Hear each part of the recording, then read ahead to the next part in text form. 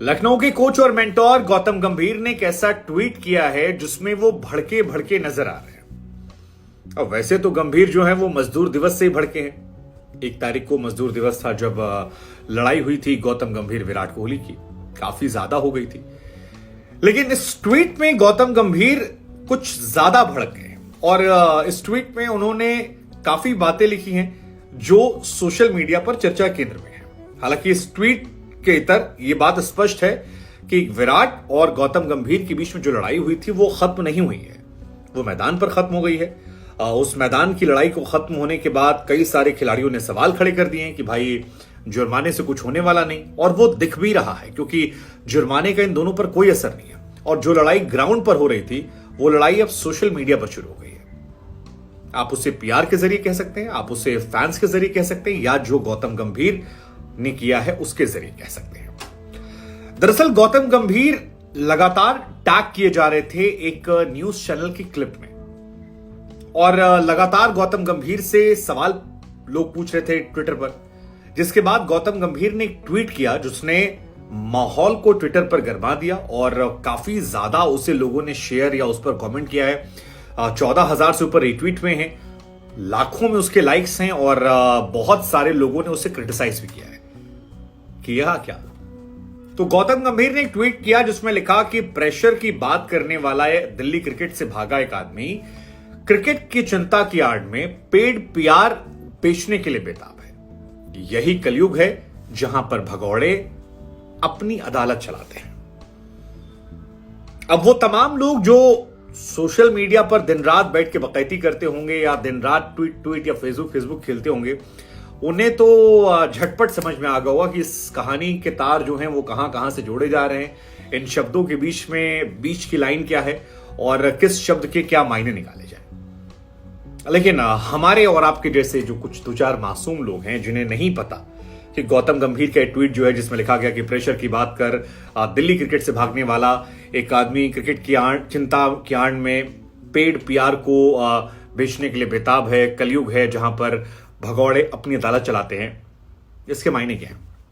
तो हम आपको बता दें कि यह कहानी तब शुरू होती है जब एक निजी टीवी चैनल के एक संपादक जो काफी चर्चित चेहरा है टीवी में, उनका नाम मैं इसलिए नहीं ले रहा क्योंकि एक तो मैं दूसरे चैनल से जुड़ा हुआ हूं, दूसरा वो बहुत सीनियर व्यक्ति हैं, उनका सम्मान जो है वो बहुत ज्यादा है, उनकी काफी इज्जत मैं भी करता हूं, उनके काम को देखकर हमने सीखा समझा जाना है। तो विद ऑल ड्यू रिस्पेक्ट इस लड़ाई में उनका नाम नहीं लेते हैं और उनके नाम के बगैर आपको किस्सा सुनाते हैं। बाकी कमेंट सेक्शन में लोग आपको समझा ही देंगे कि मामला है क्या। अब दरअसल वो संपादक महोदय की तरफ से एक टीवी पर एक क्लिप गई थी जिसमें कहा गया था, जो टीवी चैनल क्लिप है उसके अनुसार, कि गौतम गंभीर को मिर्ची लगी, चुनाव लड़कर लोकसभा में सांसद बनकर गौतम गंभीर का अहंकार जो है वो और ज्यादा बढ़ गया है। साथ ही यह भी लिखा कि विराट की लोकप्रियता उन्हें कितना परेशान कर रही है, यह कल ग्राउंड में एक बार फिर से नजर आ गया। विराट कोहली ऐसे खिलाड़ी हैं जो हमेशा एग्रेसिव रहते हैं, किसी भी तरह की नॉनसेंस को वो बर्दाश्त नहीं करते, मतलब गलत काम को बर्दाश्त नहीं करते। इसलिए गौतम गंभीर को उन्होंने बराबर जवाब दे दिया। फिर इस ट्वीट में आगे लिखा, कुल मिलाकर जो गौतम गंभीर ने लिखा किया वो स्पोर्ट्समैन स्पिरिट के खिलाफ था। ना एक फॉर्मल प्लेयर को वो शोभा देता है और ना एक मेंबर ऑफ पार्लियामेंट को ये शोभा देता है। ऐसी घटनाओं से क्रिकेट का नुकसान होता है और यह घटना नहीं होनी चाहिए थी। यही वो क्लिप है। हालांकि इस घटना को हर एक खिलाड़ी ने, हर एक टीवी चैनल ने कवर किया, लेकिन गौतम गंभीर कुछ मसला रहा होगा पुराना, वो मसला भी हम आपको बताएंगे। और इसी वजह से गौतम गंभीर के पास जब ये क्लिप बार बार आई, सोशल मीडिया पर उन्हें बार बार टैग किया गया, तो गंभीर ने वो जवाब दे दिया कि प्रेशर की बात कर दिल्ली क्रिकेट से भागा एक आदमी क्रिकेट की चिंता की आड़ में पेड पीआर यानी कि पेड न्यूज बेचने की कोशिश कर रहा है। यही कलयुग है जहां पर भगौड़े अपनी अदालत चलाते हैं। और ये फिर मामला एक अलग लेवल। हालांकि इस पोस्ट के नीचे भी बहुत तरह के कमेंट आ रहे हैं। विराट कोहली के प्रशंसक कह रहे हैं कि यार विराट कोहली जो है वो दुनिया में जाना आता है, गंभीर को लोग भारत पे नहीं जानते। कुछ लोग कह रहे थे कि यार बेहतर होता कि तुम उनके शो में जाते, वहां जाकर बोल आते। कुछ लोगों ने विराट की वो जूते वाली इमेज दिखा दी जिसमें कहा कि तुम इसी हैसियत के हो। कुछ लोगों ने एक फेक फोटो बनाई और विजय माल्या की बनाकर विराट से कहा विराट तुम अच्छे हो लेकिन ये ट्रॉफी जो है तुम नहीं पाए हो। कुछ ने गौतम की तारीफ की, कुछ लोगों ने कहा कि यार आप विराट कोहली के साथ हैं या गौतम गंभीर के साथ हैं, या आप पर निर्भर है, लेकिन मीडिया वालों पर मत जाइए, वो पैसे लेकर कुछ भी बोल देते हैं, कुछ भी सुना देते हैं। कुल मिलाकर ये कहानी जो है, ये बवाल जो है, ये बहुत जबरदस्त चल रहा है और इसी वजह से हमें लगा कि इस कहानी के पीछे की कहानी जो है वो हम आपको समझाते हैं, वो आपको बताते हैं कि दरअसल हुआ क्या था। तो ये जो संपादक सर है, ये दरअसल 20 महीने के लिए डीडीसीए में प्रेसिडेंट थे और नवंबर 2021 में इन्होंने इस्तीफा दिया था। 20 महीना काफी टाइम होता है और क्रिकेट की एक अहम जिम्मेदारी होती है, अब क्योंकि गौतम गंभीर भी दिल्ली से ही आते हैं, दिल्ली क्रिकेट में उनकी भी एक अहम भूमिका है, एक्टिव काफी रहते हैं। तो ये आप मान सकते हैं कि इन दोनों के बीच में उस टाइम पे काफी क्लैशेस हुए होंगे और यही वजह है कि ये विराट कोहली का समर्थन या विराट कोहली का विरोध करने से ज्यादा इसे आप पर्सनल टसल का नाम दे सकते हो। और इसी वजह से गौतम गंभीर ने, क्योंकि गंभीर बहुत लोगों ने सवाल उठाए, लेकिन गंभीर ने यही जवाब। बड़ी बात ये, गौतम गंभीर ने किसी का नाम नहीं लिखा था, तो नाम तो लोगों ने गेस कर लिया क्योंकि गंभीर ने उस पोस्ट में एक हिंट दे दी थी। लेकिन उसमें एक प्रेशर लिखा है कि प्रेशर की बात कहकर दिल्ली क्रिकेट को छोड़ने वाला एक व्यक्ति, तो प्रेशर क्या था, तो उसको अगर आपको समझना है तो आपको थोड़ा सा पीछे जाना पड़ेगा। पीछे कहां जाना पड़ेगा?